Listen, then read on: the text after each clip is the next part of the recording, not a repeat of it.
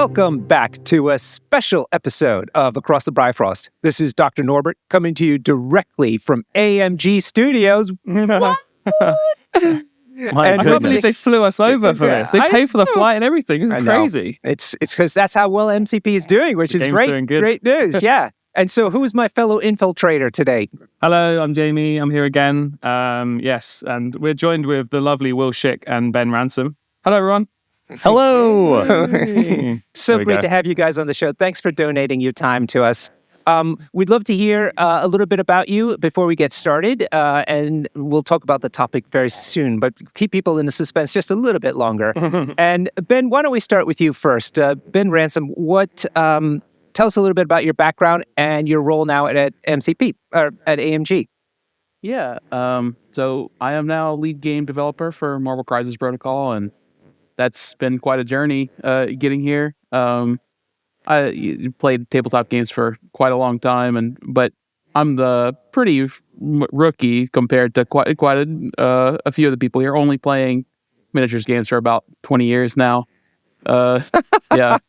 So, it's quite intimidating, right? I keep meeting people like that as well. MCP is my first game, and I'll be meeting someone like, "Oh, you've been playing for long?" They'll be like, "Well, MCP for like a year, but I've been playing like, MESBG for like 22 years." I'm like, "Oh right, my gosh." Yeah. I barely figured out how to glue models together, let alone everything else. But yeah, so I have worked as a computer science and a programmer for quite a while, and then was always had this hobby and got a playtest gig with these guys right around 2020, and have been pushing playing Marvel Crisis Protocol very seriously, and then playtesting it very seriously, and then working on it. Wow. So, Nice. That's a really great journey. That's amazing. So do you report to Will Pagani then? I do. Yeah. He is the development manager. Yeah, amazing. Sir, he's the development director. He's a development director. Yes, Yeah. that is correct. He's no longer a manager. He's a director. This is very important differences. We're flying up the ranks here, so this takes a little bit of readjusting. Nice. So how long have you been working on Marvel Crisis Protocol then? I mean, directly, not as a playtester. Yeah, I got hired in, when did I get hired? It's 2023. It was April 2023 is whenever I got hired on to work on. Oh, right on. Mostly MCP. Yep. Okay, cool. Can you mention the first character that's been released that you worked on? Yeah, so I worked on Apocalypse was my first major project. So that was throw him in the deep end. Yeah, Jeez. that was incredible. It was a really, really great experience. There was a lot of back and forth on that one, and I'm extremely proud of how Apocalypse came out. You should be. Yeah, it's very deep character. Yeah, that is so cool. Such a twist on the game as well. Like really kind of the mechanic warping. You get your big guy and your little guy, so it's really cool. Yeah. Nice. Excellent. Well, cool. Thanks for that, Ben, and thanks for coming on to the show and donating your time for us. So that brings us to the big man himself, Will Schick. Welcome. I'm so pleased to have you here. Yeah, it's fun to be back and chatting with you, sir. It's been a while since we've interacted on a cast, but we have a few in the past as well.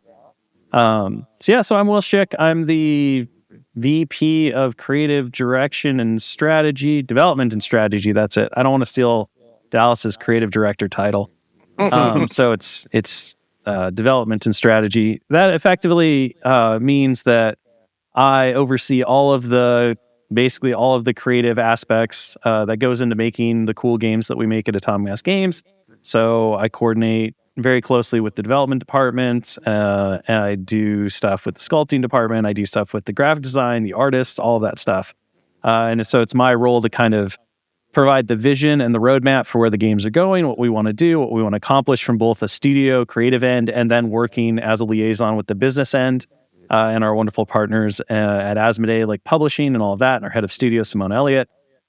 So I provide a bit of that link a lot of the times. And then, of course, my day-to-day is a lot of just being involved in all of the creative aspects, talking with departments about what they need, where we're trying to go, providing creative feedback, and all that stuff to make sure that everything kind of comes together at the end to make the best, miniatures game that it possibly can be, and that, it continues to hit hopefully all the beats that the vast majority of the community wants to see and all of that stuff.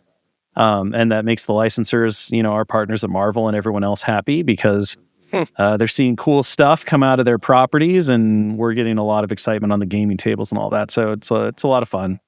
And I've been doing stuff like this for the last, how long has it been now? Almost 20 years. 2008 was when I started in the industry.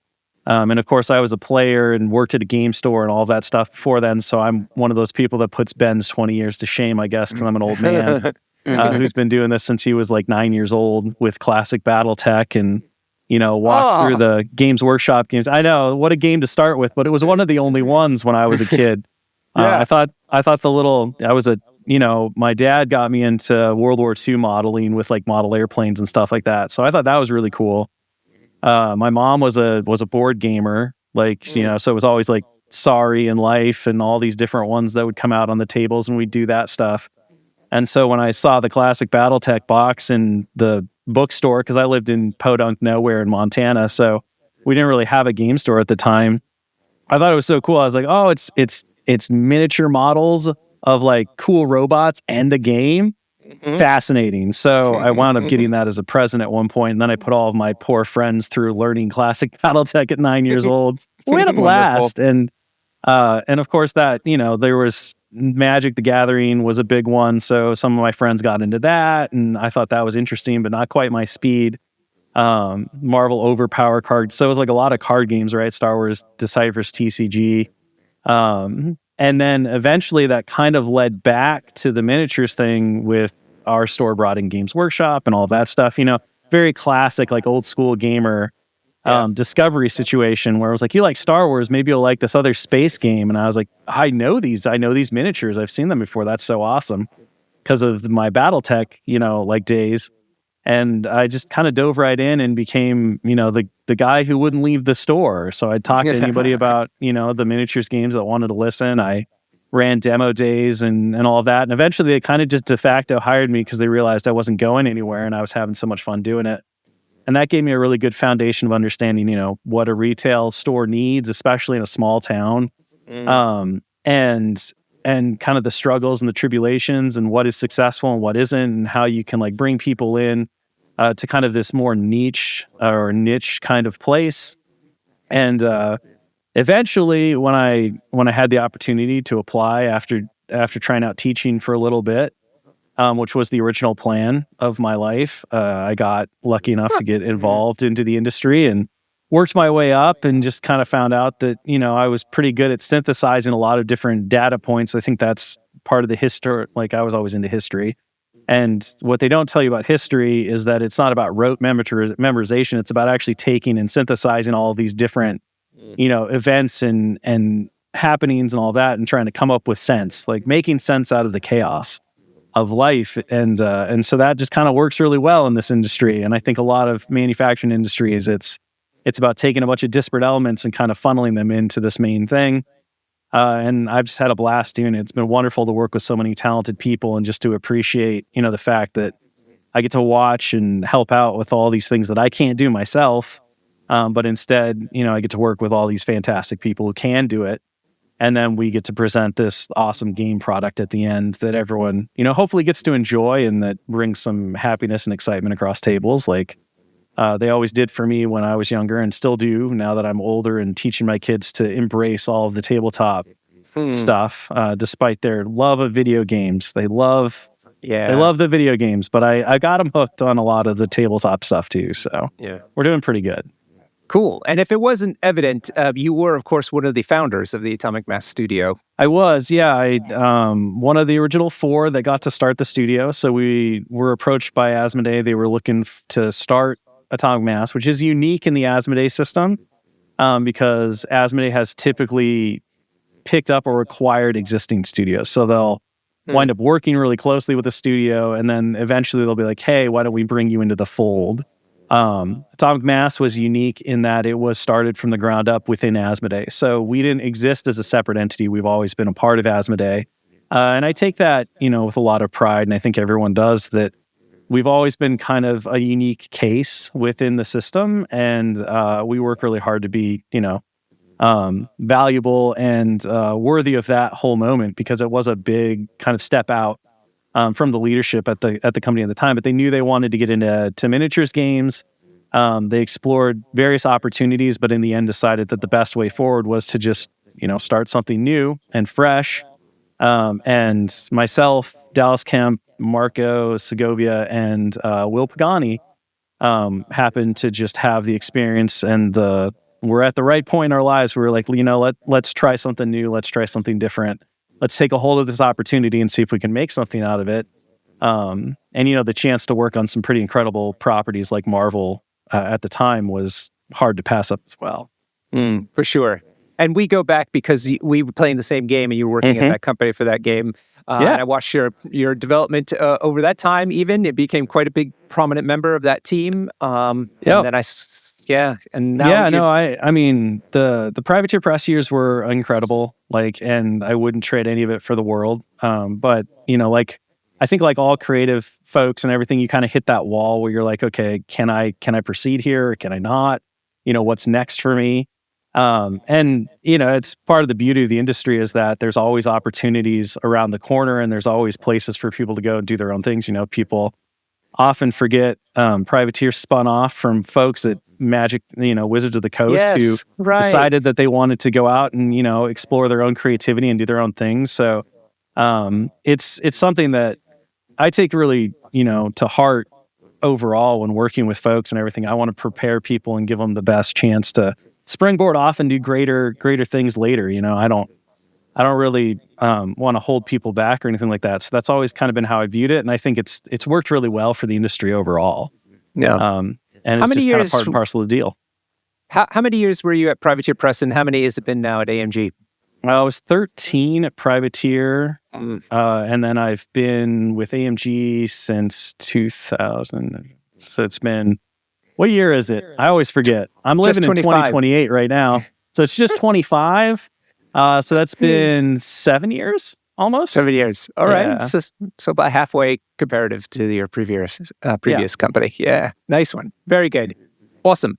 All right, let's get to it then. What's the reason we have these two fine folks on the show? And it's very exciting because it's one of the most central parts of the Marvel Crisis Protocol game, and that's the crises. Crises are inordinately important in this game, which is what makes it one of the reasons why it's so interesting. And the big news is, as people might have seen from a couple of promotions that are coming out, is that for some time now, we've been using the same set of crises. I think it was in late 2023 that they were last updated.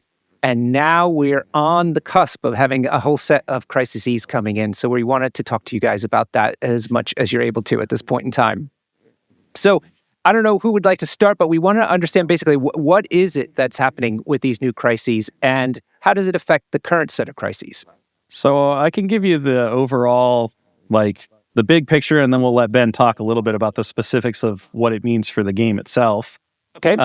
But when we did the initial crisis cards way back when the game launched in 2019, there was the set that came in the core set, and then there were ones that were sprinkled throughout different character packs. And the goal of the game was always to make sure that there was kind of this steady influx of new crises and interesting mission designs. And by using the dynamic system that you generate them, right, with the secure and an extract, you would wind up in a place where players could always have a unique kind of experience, and no two games would necessarily ever have to be the same or would be the same. Yeah. What we discovered as the game went on and everything was that, the more spread out those crises became, the more difficult it was for players to be able to get their hands on all of them. So, if there was an out of stock for Hulk, you couldn't get, he had the Gamma one, Gamma bunkers in it, which I forget, the Gamma Wave Sweeps Midwest, I think is the original name. There you go.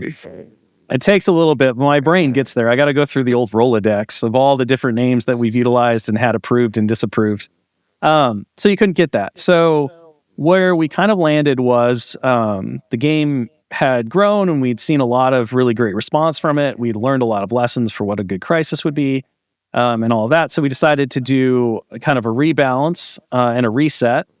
And because we knew that, the players were really kind of clamoring for a fresh kind of start with the crises and everything like that, we released the new set as a print and play document. And then that was rolling into our refresh of the core set, which came out in 2023. So the big step there was not just getting them out as a print and play document so all players could have access to them. We don't want to paywall the game experience behind cards. We're here to sell cool miniatures that players get to hobby and paint and then play a game with, right? But for us, we're a miniatures company. We make cool miniatures. That's what we want to do. That's where we see all the value in our games coming from. And they're a core component of everything. So the cards support the miniatures, not the other way around, is kind of our overall view. And so as we moved into that, we kind of took a step back from our original distribution method and we said, okay, well, that was great for the start, but it probably doesn't really make sense moving forward, especially now that we have so many characters and the community is growing so fast. Let's go ahead and just provide all of these crisis cards in a single pack. Which I think worked really well, but then what it necessitated was us to take a step back and say, okay, well, how are we going to get new crises into the game? Right. Because the old way we've determined is no longer viable of just putting a couple here or there. So what's next? And that became a longer discussion of, all right, let's really dive into the narrative opportunities that can provide us. And it's something we had talked about previously, doing more narrative kind of crisis stuff or things like that. We played a little bit with it with one of the first organized play kits, which was the Infinity War organized play kit, which was a campaign that had several new crises in it and ran over the course of several weeks. And each crisis was themed around a specific Infinity gem. And those were really fun. They were kind of zany and they didn't necessarily have to be perfectly balanced because they were within the context of this wider thing. And so what we started talking about internally was, well, why don't we just do more of that? But with the idea that this would be a way to influx new crises into the environment. And so what Ben's going to talk about a little bit, I'm sure, as we get through this thing, is how we developmentally are going to balance this approach of really injecting a lot of new crises. And spoiler alert, the goal is to do at least one of these campaign packs every year. So you're talking about a minimum of 10 new crises per year. And how does that impact things? And then also, how do we keep them interesting? But so what I did is I sat down and I effectively said, okay, well, if we were going to create a narrative-themed crisis pack, how would we do it? Looking at the schedule, I noticed that we had a lot of new Inhuman stuff coming out right around the time when we could effectively release a new crisis pack, because we do have timelines and stuff that we have to attribute to. And that made me go, all right, well, what are some of the great cosmic storylines from Marvel? And specifically ones that center around Inhumans. And that led to War of Kings and the later follow-up Realm of Kings as well, which the campaign pack does touch on in its final mission. And once I had identified that, I said, okay, well, how can we design something that makes sense? In my head, it was let's keep it simple, because campaign products often have the tendency to just go crazy because you can do so much with them, right? You're well, now we can introduce leveling up and we can introduce this and we can do that. And we can have time delays where your team has to fly across the cosmos and your ships can only go so fast. I mean, we've explored so many of this stuff in kind of daydreams among dev that I knew, the core was, how do we keep it really simple? And so all I did was I reread the War of Kings story arc and I effectively tried to identify the major key battles that occurred. The things that, if you were thinking of it from set pieces, what are those major events? And of course, Crisis Protocol says those events should be combat, right? We're doing the big superhero throwdowns. Let's make sure they're those. After kind of nailing down 5 of them, all I did was I created a little chart that said, okay, these are our 5 story beats from War of Kings. This is generally what happens in this story beat. You can go read it if you want, or you can just read my little summary. And these are the things that I think we could pull out to make crises out of. So, for example, there's a big wedding bash because Ronan and Crystal are going to get married. The Shi'ar, gladiator and his little crew bust in to capture Lilandra. So wedding guests are a thing that we can try to fight over. We can do some other stuff with these different, secures and stuff.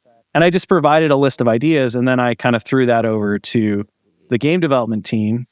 And I said, here's the goal of what we're trying to do.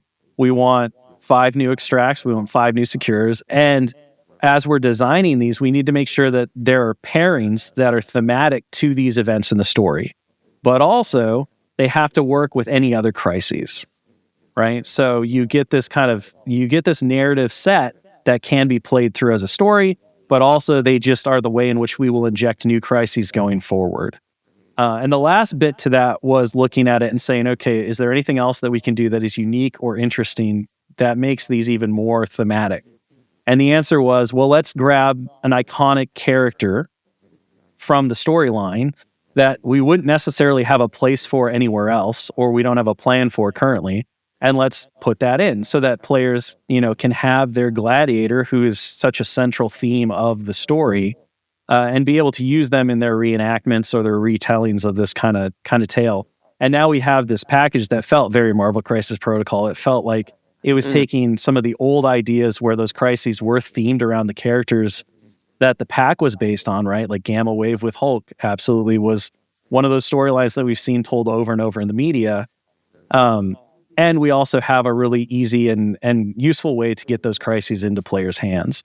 And so it was a nice melding of all of our different philosophies and the things that we really believed in to make a great and compelling, miniatures game kind of experience all together. So that was the overall genesis. And now Ben can kind of talk about what they mean from a gameplay perspective and how all of these crises coming out so quickly, comparatively to the past, are going to get handled through the development side.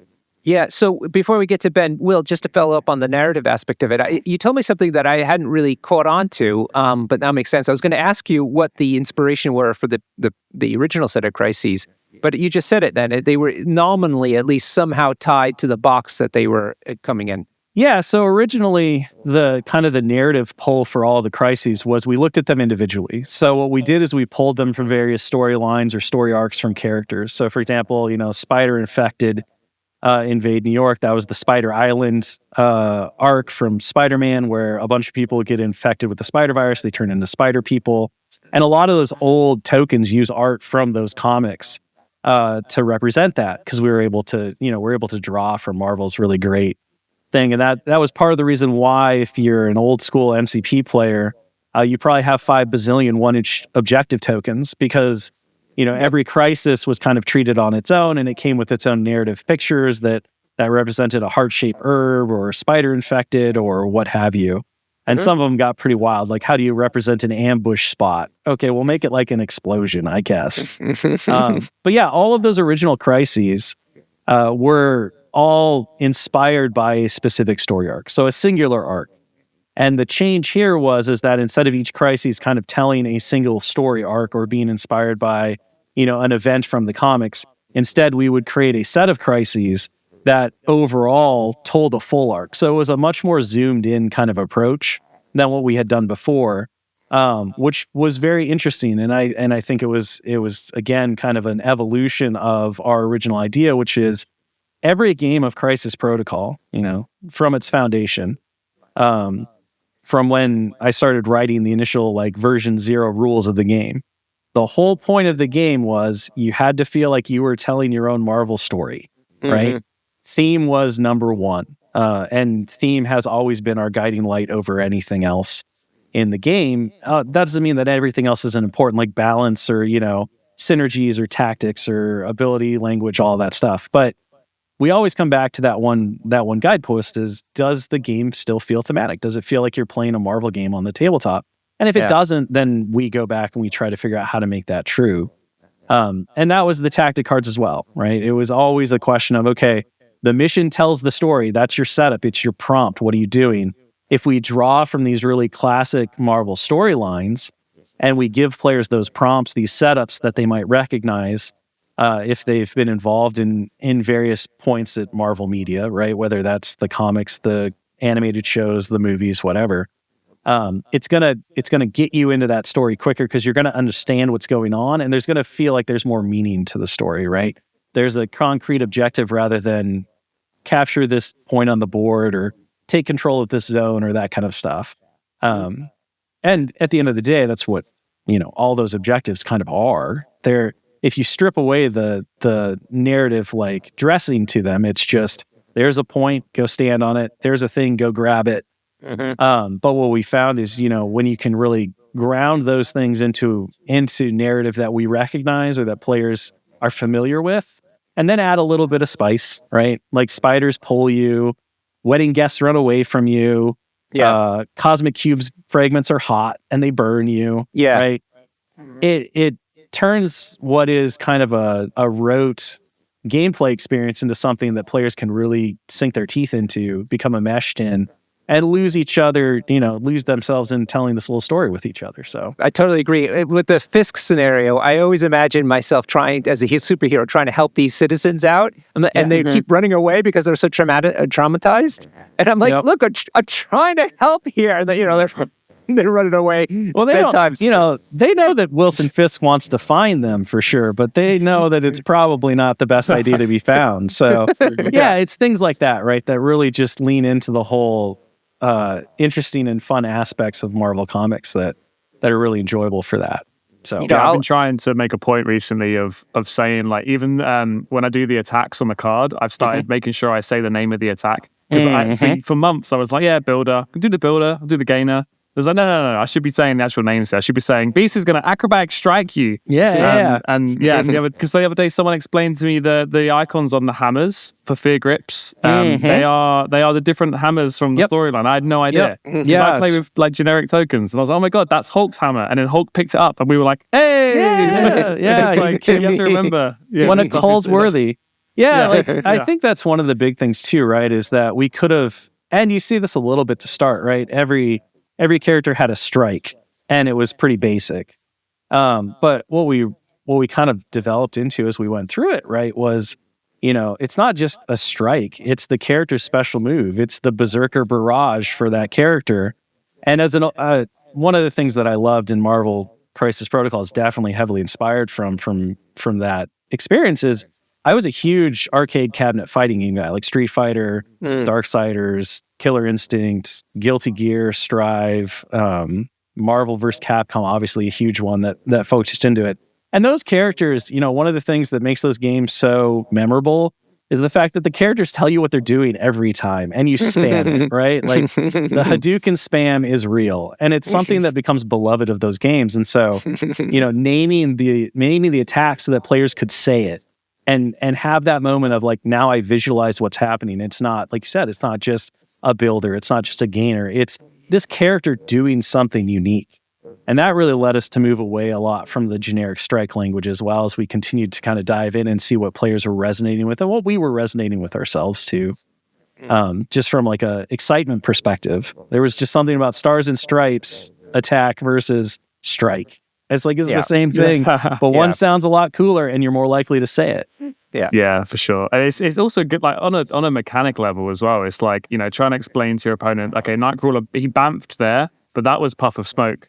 Yes, he can do that every time, and then they get angry and you have to explain. But so like, the naming of it does help, and it kind of, you feel like whenever Nightcrawler attacks and finishes an activation, I can see the comic book panel that just happened, afterwards, where he's ended up over there now and hit you on the way, and so it's all kind of evocative, Yeah.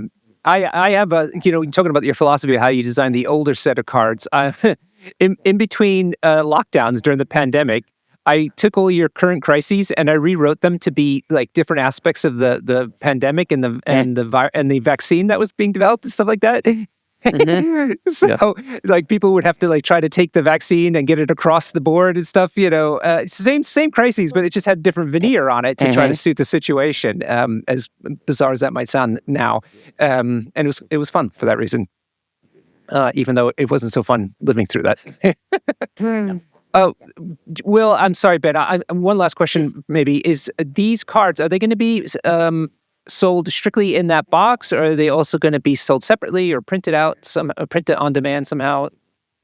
So the War of Kings card will only be available in the CA13 War of Kings pack as a physical product. Now, I mentioned how it's not our intention to like lock the game behind cards, right? And so as Ben's going to talk about a little bit with how these cards interplay with the wider like competitive play, tournaments, that kind of stuff. versus, just kitchen table or casual game night store play. If you are required to have access to a specific set of cards in order to be able to play in like a GT or a store tournament, those things will be available through a print and play option, right? You won't be expected to have to go pick up a pack of cards that, maybe has a character in it that you don't want or whatever, that kind of stuff, or you don't have access to because it's out of print, right? That's another big thing, is just always being aware of the fact that you don't want to lock people out of being able to play the game because a product might not be in print because it's sold out. And those reprints do take time, right? There's a whole production process that goes through. There's global shipping, all that stuff. So even though the product is quote unquote completed and we're just hitting a reprint button, it doesn't happen, overnight. It is a multi-month process. So for all those reasons, right, those things being available to players in a different format, in a print and play format specifically, currently is very important to make sure that everyone has equal access to all the stuff they need to be able to play with their cool miniatures. I think that's a great philosophy for a studio to have, and it only helps grow the game as much as possible. So well done to you guys for that. Okay, Ben, finally, you've been very patient. Yeah. And I'm sure the audience has been as well. It's always good. I love talking to developers about how they come up with stuff. I think it's really interesting to understand what's going on behind the scenes. But I think people also want to know, basically, how do these new crises fit into the mechanics of the game, and in particular, how do they affect the current set of crises? Are they all going away, or are they be complemented by just the core box ones? Things like that. No, we're not taking all the crises and throwing them in the trash. No. So, the crises are the new wargaming crisis are meant to be played together. That's like our first goal with this was exploring how we can have secures that interact with a specific extract. Like you have a key card and you get into secure areas that are on the secures, right? And that interaction was something that we were really excited to explore. And we also went and just used ideas from our playbook and just like to develop all the crisis cards that we'd done before, and just got all our favorite ideas and just iterated on those, right? Yeah. So we had a pretty simple job, I think, as development this particular time, where we were just kind of getting as many bangers as we could out. Like we were just trying to take all the stuff that we knew we liked really, and mix that in with this new secure extract interaction that we were able to do because of how we're releasing it. Yeah, so Ben, let me interrupt you really quick for people to help, maybe if they haven't been following the panel plays. But there's a brand new aspect of Crises that are coming out with this particular pack, which didn't exist with Crises before, which is that not only do you score points for holding secures or carrying extracts, but rather if you are holding one of the two things or contesting one of two things, you can get more points by having, so let me say it just easily. If you're holding an extract and bring it to a certain type of secure, that gets you even more of a bonus somehow, either points or special abilities. And so that's an entirely new aspect of the crises that we haven't seen before. When did that become part of your development? Because it is a significant dimension that opens up. Yeah, so that was there from the initial design, basically, was to have these two, the extract and the secure, replicate one event in the storyline. So that's where we were working from just immediately. Whenever we were detailing them out, we were trying to come up with effects that had this interesting mix, had this interesting collaboration that made you feel like you were in the setting. And is it fair to say that, so if it's like an extract that does something more, if you bring it to a secure, that kind of interaction, is it only one set? In other words, let's say I have one type of extract. Does it only have that kind of a special aspect to it with a certain other type of secure, or are there like multiple secures that it also does that with? So no. What we showed was, I know we showed scientific samples found in the Discovered Universe. We showed that card, and during the cleanup phase of all, all of a player's characters holding extract objective tokens are within range 2 of one or more secure objective tokens, that player scores a victory point. So if you have all of your extracts next to secures, you score a victory point. Right? So that's a different way that extract holders interact with secure objective tokens, right? So having them kind of stick around where the fight is happening is one of the things that we were able to do here with kind of this interaction. And it's made things in general very interactive. It's been very fun to play with these crises. I fully accept that this is great for the game. I am the guy that grabs an extract on Black Cat and runs to the corner. Runs away. So runaway is part of our game, right? There's runaway, a portion of the game, but reining in the worst of Black Cat running, stealing your extract and running to the corner of the table is definitely something that we want to do. Keep away rather than run away. Yeah. I get it. I get it. Well, I accept it. And I think it's important to note too, right? That like one of the things this crisis set does, one of the things of the exploration that Ben and the team did was to address some of the gaps in the current crisis set, right? So for sure. Whereas traditionally a lot of the extracts that existed were like, if you can grab them and play keep away, that's great. How do we now incentivize a different play pattern where it's like, okay, I can grab the extract, and then if I'm tough and durable and I can stand in the middle of the field, I can actually get a benefit from that, to make people think a little differently about tactics and strategies and the interplay between those. And that was really fun too. That also came down to some of the map designs too, right, Ben? Yeah, absolutely. Yeah. Most of our, secures are not just one point. So just being able to rotate between the secures is often enough to make your runaway character safe, right? You see that whenever you're playing the secure for itself. And within range 2 of it means that normally you can find a place to hide a little bit, just not quite as much. Right? Okay, I accept the consolation prize. Yeah, no, you're right. I think it's really cool because even when you're running away, it often feels like the other players, it's a bit of a feels bad, right, for the other player, in the same way where, like, if I'm forced into a big old fight, like in the middle, I don't feel great about that, and then they don't feel great about me running away, and then just them not interacting with the character, so yeah, I like this kind of, it feels like with the crises we've seen that have been revealed, they're kind of keeping things mid-ground a little bit, right? And I think isn't there a new map shape as well? Yeah, tell us about... There's definitely those. Yes. Yeah. Oh, several? Yeah, definitely. I mean, we made the crises, we explored some new map shapes here. Especially the secures are getting a little bit of variance on where you have to stand. And a lot of them are slightly more spread more evenly, right? Around the board. So not completely very, very close together, not very far apart. Okay. Right. So how is that one of the trickier parts of designing a crisis is the location of the points? Yeah, for sure. So that gets iterated on quite a bit in playtest. Like we have an initial concept for kind of the map shape that we want to use, and how that interacts with the extract and the secure, kind of those map shapes, how they interact with each other, and it doesn't always work out how we predicted in play, in our design phase, So having just players play those and play different types of strategies on them, and adjusting those locations, a few inches here or there typically happens on most of them.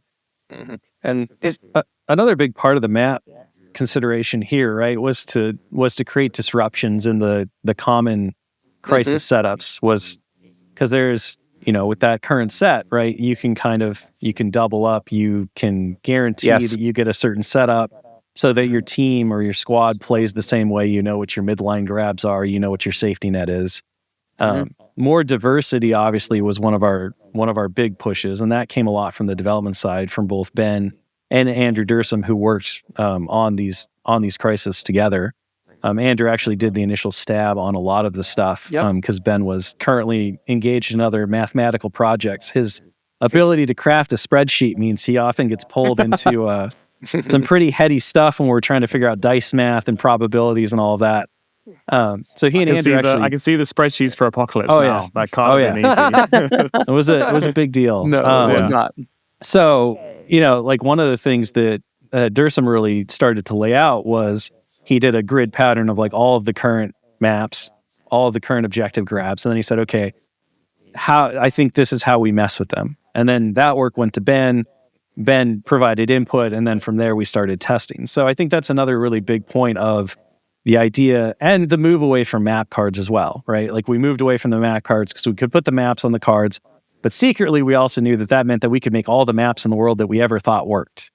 And this is kind of the fruition of that seed as well, where now we're able to really start to disrupt common play patterns, offer new options and opportunities, and then impact kind of the more tournament scene, the challenger packets and stuff with some unique stuff, because obviously, as these crises continue to grow, which I'm sure we'll talk about, there has to be some kind of curation so that players aren't just overwhelmed with all the different options, or you can't create an extract or a crisis set that allows you to just spam one map type, right? Oh, I'm really good on E's, so I'm just going to take E style maps.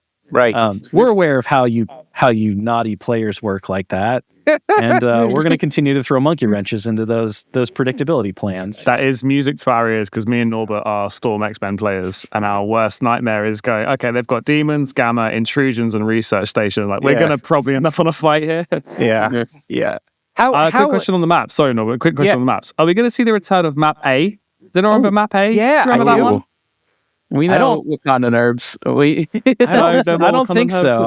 I don't think there's a map that's even close to that in this current set that I recall. No, there's no herbs map here. Yeah, don't worry. I don't think that's missed much. Yeah. Well, I don't know. If it was worked up differently, I think it'd be kind of fun. But nonetheless. Our first game, but probably my third game ever, my first game against Norbert was on Wakandan Herbs, and he knew how to play it, and I didn't, and it was brutal. I'm like, what do you mean? We learned a lot of lessons from Wakandan Herbs, right? Like, that's where Wakandan Herbs is.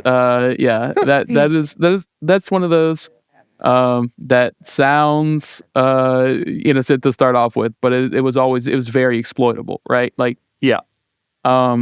and that's one of the main things that with the introduction of new crises for Challenger, we can take the ones that we feel are the most exploitable and rotate them out. Right. That is one of the advantages of having enough crises where we can have a diverse play experience and still take some of the crises that we think are causing play patterns that are too, like, being able to reinforce too much of playing in the center of the table. So we can rotate out, like we rotated out Research Station, which is not a surprise.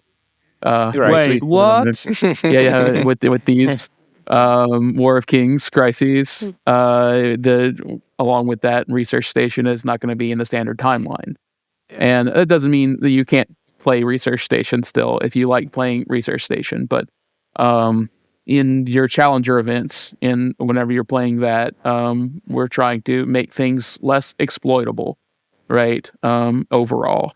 And variety. Sounds like a combination of both. Yeah, absolutely. Yeah, there's always an interesting, one of the biggest challenges of creating a game like this in general, right, is that tension between standard play and then the competitive format of play, like the efficiency plays, right? That Wakandan Herbs is kind of born of a very classic wargaming mission trope, which is grab the thing and go put it in the other thing, right? Like, it's rollerball, grab the ball and put it into the scoring bin, or Powerball from, the American Gladiators, which is one of the greatest shows of all time. The problem. This is why Gladiator's coming out now. I see. Exactly. Exactly. He's the best at Powerball. But the thing is that what is good and fine in one environment is not good in the other, right? I don't even want to use the terms casual and competitive, because then everyone starts to like really lose their minds over stuff. But the reality is you can't bucket them that easy. But if you're playing for efficiencies, which if you step into a competitive environment, you should assume that everyone you're playing is playing for the maximum efficiency, right? we have come into this game with the goal that we are trying to figure out who manages the best list, who can make the best decisions, who has the right amount of luck on their side to make sure that their plans go off. And we're aiming for a common goal, which is the top of the pile. That's not entirely, that is the way that those work. And therefore, as a developer or designer, you have to be on the side of, okay, we're trying to make sure that that environment is as, even keeled as possible so that players can express their skill. It's the ultimate expression of player agency, right? I've built this list, I've trained with it, I know what to do, I believe that I can overcome anyone else. Let's go. And then there's those other games where it's like, I put together this cool list because I like these characters and I want to tell this story. And I think that, grabbing the herb and running it over to the bin so that I can score points on it is super cool. And if you play to less efficiency, those stress fractures show up less, right? You can do, and you see this all the time with like narrative play, narrative campaigns, things that are just not okay in an efficiency battle become completely fine when players are just playing to the intent of what exists.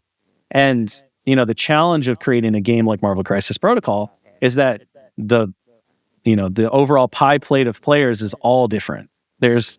And they're not even like even slices. It's like one of those memes where it's like, who did this? And somebody's cut the cake in a terrible way, where it's like all like, weird Euclidean angles and there's just no sense to it. Players really fall. I mean, the vast majority of players in these games, having, been a part of these communities forever, they really do fall into slices like that. Like you'd be like, yeah, I love to play in a tournament. I love to win. But I'm also the person who will take like all of the meme characters and throw them against whatever and just have a good time hooting and hollering. Like it's what is my emotion for the day, right? We're all complex human beings, and the way in which we express ourselves through tabletop play is the same.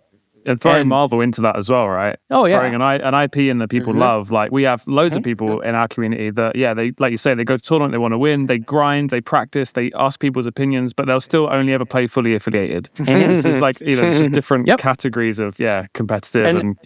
And so it's, it's our job, which is an impossible job, because just like we say, the game is imperfectly balanced, right? You can't create a game like this and have perfect balance. It doesn't exist.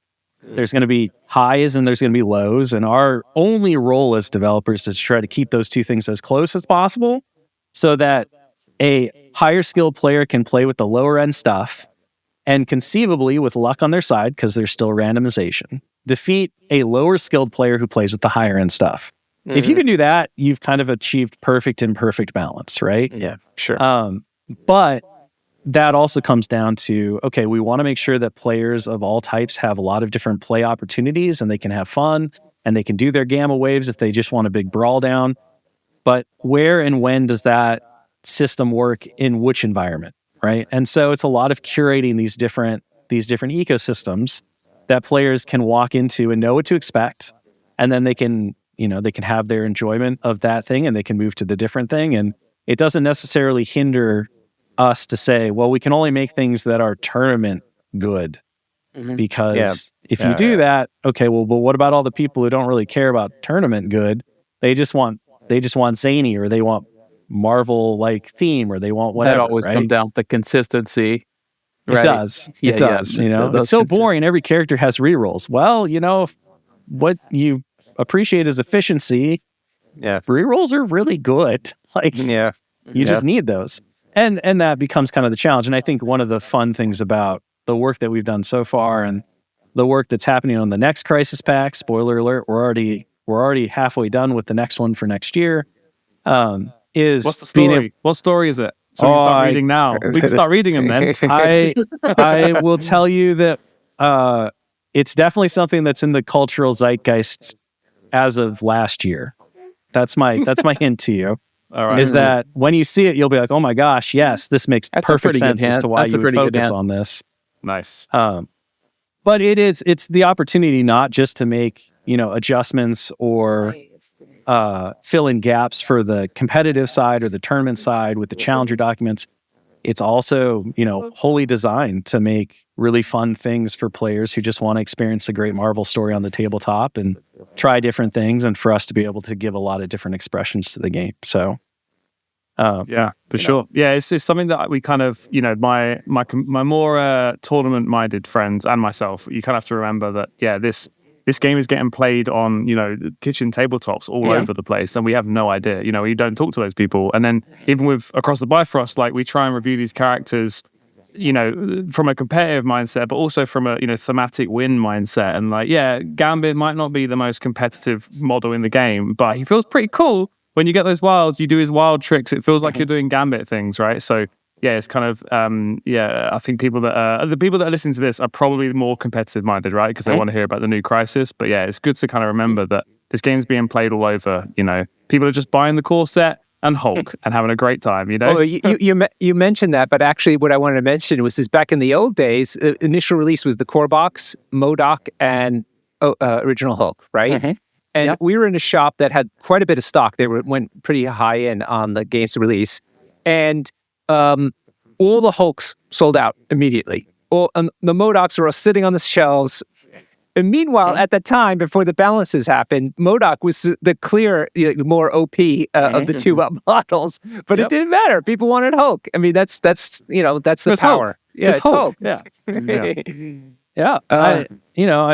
Everyone used to moan and lament the fact that Wolverine wasn't S tier.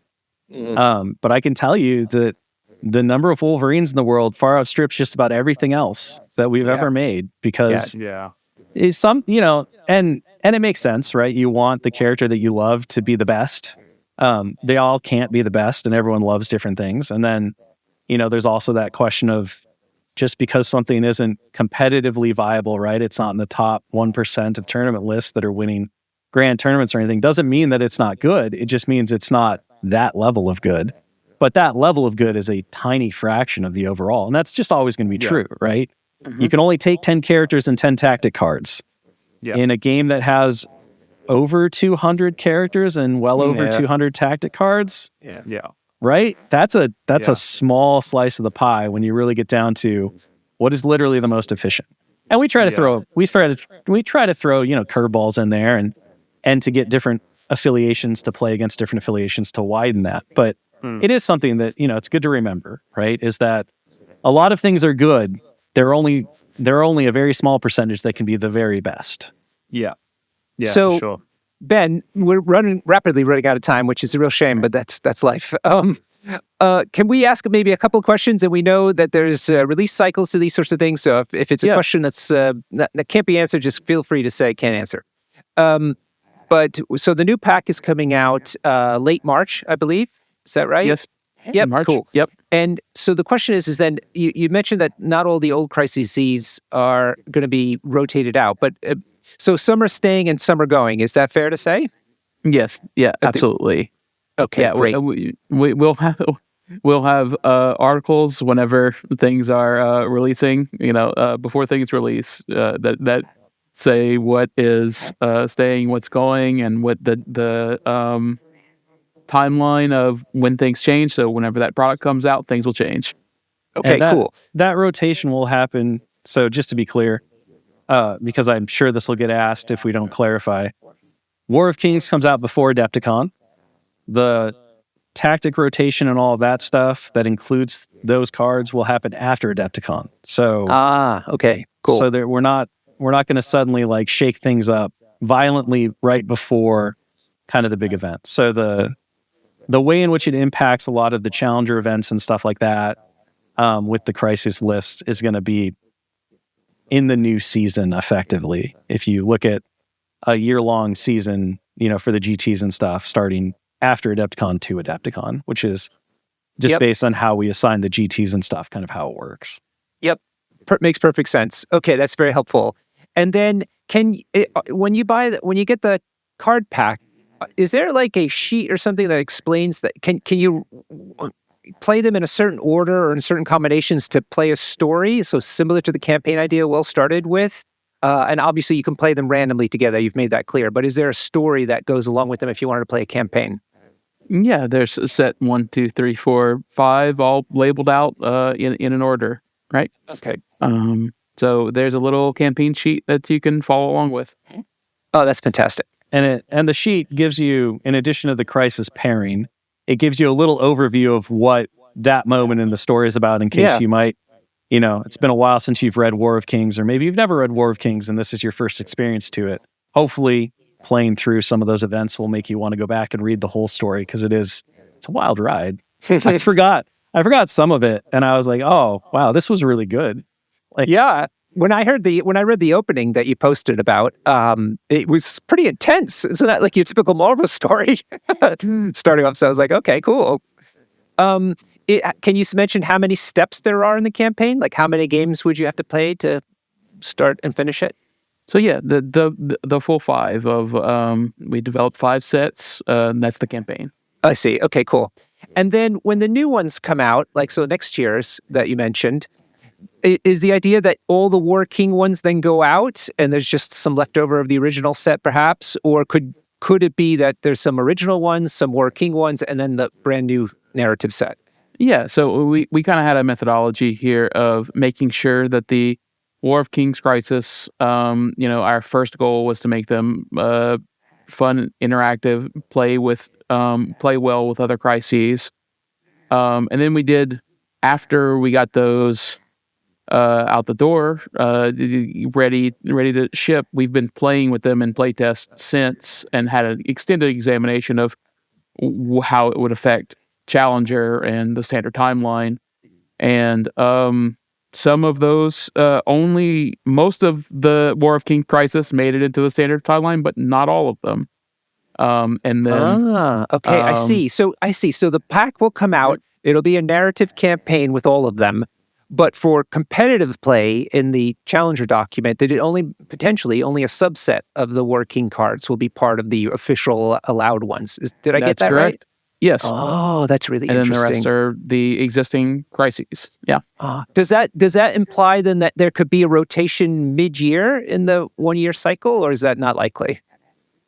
You see what I mean? Like, so let's say out of the 10 War Kings ones, the first 5, let's say, are legal after Adepticon. Can you say, like, in October of that same year, does then it get switched around some more, potentially? Our plan at the moment is to rotate crises out and in whenever we have the new crises packs. Okay. Packs. Right. But and depending on how things, I think you should expect roughly a year between these. Okay. Although, Ben, when I mentioned the idea of a mid-year rotation, your eyes kind of gleamed a little bit, and well, maybe we've lit off a little discussion for later. I've got speaking of Ben's eyes gleaming. Actually, I got something to pick you up on. 2 mini extravaganzas ago, right? Mm-hmm. We were doing a character errata, which, by the way, I'm an X-Men fan. Good errata. Loads of units got buffed. But you mentioned that you had just joined then, and you were working on a lot of the erratas, and some erratas didn't quite make it. So does that mean there's is there like a drawer with like your name on it? There's just kind of a bunch of erratas you're working on in the background? Sure. Yeah. We've always got ideas for what kind of errata we're going to do. I mean, and we've got ideas stored back, but the timelines of those things, the game needs to be stable. We're not just going to randomly put out errata. So whenever we're usually what you've been expecting, where there's an event where there's quite a few erratas happening at any particular time, is what you would expect going forward. Mm-hmm. This is fantastic. I think though this kind of plan of action and the transparency you guys are having with it is really helpful for the overall community. People want to have some sort of consistency, but also want to have freshness, and I think you're hitting that balance really nicely here. Yeah, I mean, it's always, again, there's that challenge of like, if you shake the snow globe too much, then can you really tell if anything you've done works? Right. Totally. There's always that option of like, well, if we just change everything every 4 months, you'll never know whether it's like good balance, bad balance. Is it a fun game? Is it a bad game? I don't know, because I'm relearning so much all the time. Yes. Our goal has always been to get it right on the first time, knowing that that's impossible and that there will have to be adjustments. The primary hope is that those adjustments can come with time and testing, right? That when we say, okay, this initial batch of 50 characters that we worked on at the start of the game before anyone was playing, Hulk missed. He wasn't as dominant as we thought he was going to be, because now we're seeing how players are being smarter than we are, really, with how they're approaching the game and the things that they're talking about and the way in which they're combining different characters or exploiting crises that we didn't, because that's just not how we thought to approach the game, right? You get all these different data points, you pull it together, and then you say, okay, well, the game's not broken. It's just, it could be slightly better. So let's take our time and make sure that we do all of these adjustments correctly. And then you have things where it's like, you just miss, right? You have playtest feedback that's coming in and they're like, this he's fine. No one's really going to take him. He's not that interesting, whatever. He's ready to ship. And you ship him and you realize, oh no, that was wrong, right? We incorrectly evaluated something, or the playtesters missed something because they weren't looking at it in the way in which the larger community does. And it just takes one person to figure that out. And then all of a sudden, in the age of the internet and with how connected we are in communication, it quickly snowballs into a big thing. And Baron Zemo's in every list. Still, to this day, that'll never change. That was the only conspiracy that existed. was that Zemo would be the best Marvel Crisis character for all time. Because I love me a Baron Zemo. We're not just going to, even whenever we do have a problem, we're not just going to snap off a response, just react immediately. We're going to take some time to plan it and plot it. We do move a lot quicker on those things, right? When it's clearly a negative effect on the game and it's causing significant duress or problems, we'll move a bit quicker. For the things that it's like, it would be nice if this was slightly better, or if this was somewhat adjusted, because we can see that we're not quite in that range band that we'd love to be. We can take more time and be more, more considerate and cautious about those things and let them bake. And the other thing too is, right, and this is, I think, something that people often forget, because if you're not kind of involved in the production process, it's easy to just be like, oh yeah, these things come out and there's no time behind them, but we're working 2 years ahead of time. So some of the things that players are just getting now have already had impacts on testing things that will come out in 6 months, in a year, in 2 years. And any changes that you make to those things has an effect on those other things, right? So it's not just, why can't you just test and fix X, Y, or Z? It's very clear what you should do. It's like, well, that would fix that, but now you're throwing rocks in a pond, and what are those ripples going to do? Yeah. How is that going to affect other things, right? And we don't want to just play a game of chasing our own tail to try to fix after fix after fix. We want to make sure that we're touching, the environment as little as possible, because the more involved, my opinion has always been, the more involved that a developer gets into the game mechanics and the balance of the game, the less actual gameplay the players get to do. Because we're just literally telling you what you can and can't do, rather than letting you actually play the game and come up with the things that work, right? So it's no different than, how much of a touch does like a park ranger want to have on a protected wildlife enclosure? As little as possible. Because we want, the living organism that is the game, and the players who are involved with it to really own it and to make it their own. And we're just caretakers. We're just trying to make sure that, the ecosystem gets to exist and is as healthy as possible. But that doesn't mean it's our version of healthy. The number of times that players have taken things that we thought were really cool and then done crazy things with them that we were like, well, we never wanted them to do that with it. It's a lot. But I think that's one of the really exciting things about the overall job. Maybe Ben doesn't agree because he's got spreadsheets on his side and he can tell you mathematically what you're doing is wrong. But it's all judgment calls. The spreadsheets help, though. They do help. All right, look, we're just about out of time. Thank you for being generous. Jamie's got just a couple quick fire questions, and we'll call it a podcast. Yeah, we don't have to think about this for too long. Just give me what's in your heart. That's all I want. Okay. So, all right, some quick fire ones for both of you. Let's start with Will. Which character is your proudest thematic win? Oh my gosh, that's like picking a baby. Or one of your favorites. We won't say no. I know I am still. Oh gosh, Ben, you go first. Let me think. Apocalypse. Next question. Yeah, that was easy. Nice. Apocalypse is really strong. His leadership is really fun. I think I think one of the characters that I was most thrilled with, oh man, it was probably Thanos. Like original Thanos and the gem interaction. I think the gems overall, just figuring out how we can apply these gems to different characters and not let it spiral out of control to where you can min-max them to death. And the fact that you don't see them very often, but they still exist, I think is really good, right? And obviously Thanos, he continues to be a major proponent and player within the game of Crisis Protocol. But I'm pretty happy with the fact that, characters who should have a gem can take a gem within that wave, and that it hasn't, largely destroyed all of the balance or the different things that have gone on. So I'll pick that one. But there are a lot. There's so many wins. Sure.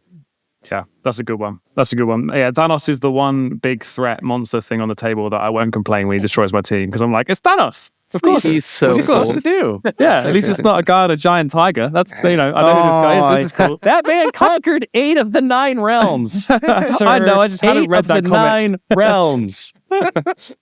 Just because. Why not 9? Why not? Well, because the Avengers. It's always the Avengers' fault. It's always the Avengers. It's always Pesky the Avengers. They're like the Scooby-Doo of Marvel. I would have gotten away with it if it wasn't for those stinking Avengers. Nice. All right, cool. Next quick fire. Which affiliation do you play as in MCP? Lately, yeah. You can't say all of them because we know you play all of them. Okay, I've been playing Servants of the Apocalypse, but we'll go with a different variety of answer. I played a lot of X-Men and in particular Criminal Syndicate. I love a lot.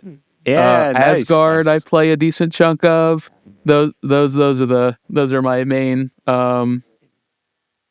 normal affiliations. Yeah, nice. Will? I always wind up pretty much back at Avengers and Web Warriors as being kind of my two. Web Warriors, nice. I have a lot of love for the X-Men because of the, just growing up in the 90s, how couldn't you? But usually what I'll do is I'll just bring my X-Men characters into my Avengers because, I really like that cast. And Spider-Man's obviously my all-time favorite. I got him tattooed on my arm, so I have to play Spider-Man. Nice. That was my next question. What's the Marvel tattoo would you get? And I have it. Spider-Man? You won't be able to see it on the cast, but there it is. Nice. Yeah. And that's like, it's the specky one, the spectacular one. That's the spectacular one. Patrick Brown did that piece of art, and I was like, this is so good. Cool. I have to do it. So he's on the back of my arm. He hangs out of my shirt. This answer, surprisingly, not Apocalypse. That's probably smart. Yeah, that's fair. No, Storm is my favorite. Storm. It would be probably traditional hair, not Mohawk Storm. Probably that's the most likely. Yeah, great, cool. All right, last question, slightly leading. What's your favorite MCP podcast? Jimmy. I like it. It's clearly this one. It's whichever one I'm on at the time. Whichever one I'm currently on. Yeah. So cheeky. Yeah, that's a good answer. I have to say, I was really excited to see you all bring Across the Bifrost back. It was one that we used to tune into all the time in the office as we were working through stuff. You guys have been doing incredible. It's a wonderful data point to get kind of a beat on what the tournament meta is looking at, what the conversations are. And you have some impressive hot takes, and then I like to see how those hot takes cool over time. And it's kind of enjoyable. But no, I mean it's always been wonderful. So definitely nice to have it back on the rotation along with a lot of the other great ones. So it's That's super nice. I didn't realize we're hunting for compliments, Jamie, before the show, but okay.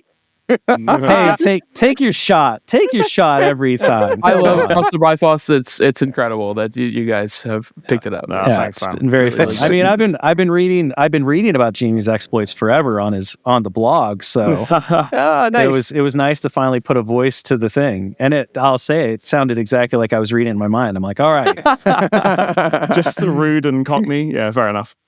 All right. Yeah, cool. No, thanks. We appreciate that. I mean, Across the Bifrost is what got me into the game as well. Literally, I was joking at the start about how I picked up the Magneto box because I thought the sculpt was cool, and then the rules accidentally fell out. But Across the Bifrost was, what kind of made me realize, this game has a lot of depth and, it's very newbie friendly and it isn't just a bunch of people kind of complaining about how unbalanced things are because they played too many tournaments. So I thought that was important to bring back. So really happy you guys came on. It really means a lot to us. Yeah, so thanks so much for having us. And I mean, again, for putting in all the work, because I know doing podcasts, blogs, all that stuff, I mean, it's a ton of outside activity and it really shows love and passion. And so anything we can do to support that, we're always happy to do it. We're always happy to come on and chat and all that stuff. So hopefully this is the first of many. Oh, that'd be amazing. Cool. Thank you so much. I'm glad you had a good time. And we're super thrilled about the direction the game is going into with this information that you've given us today. I'm sure the community will respond similarly. So thanks so much for your time and being so generous.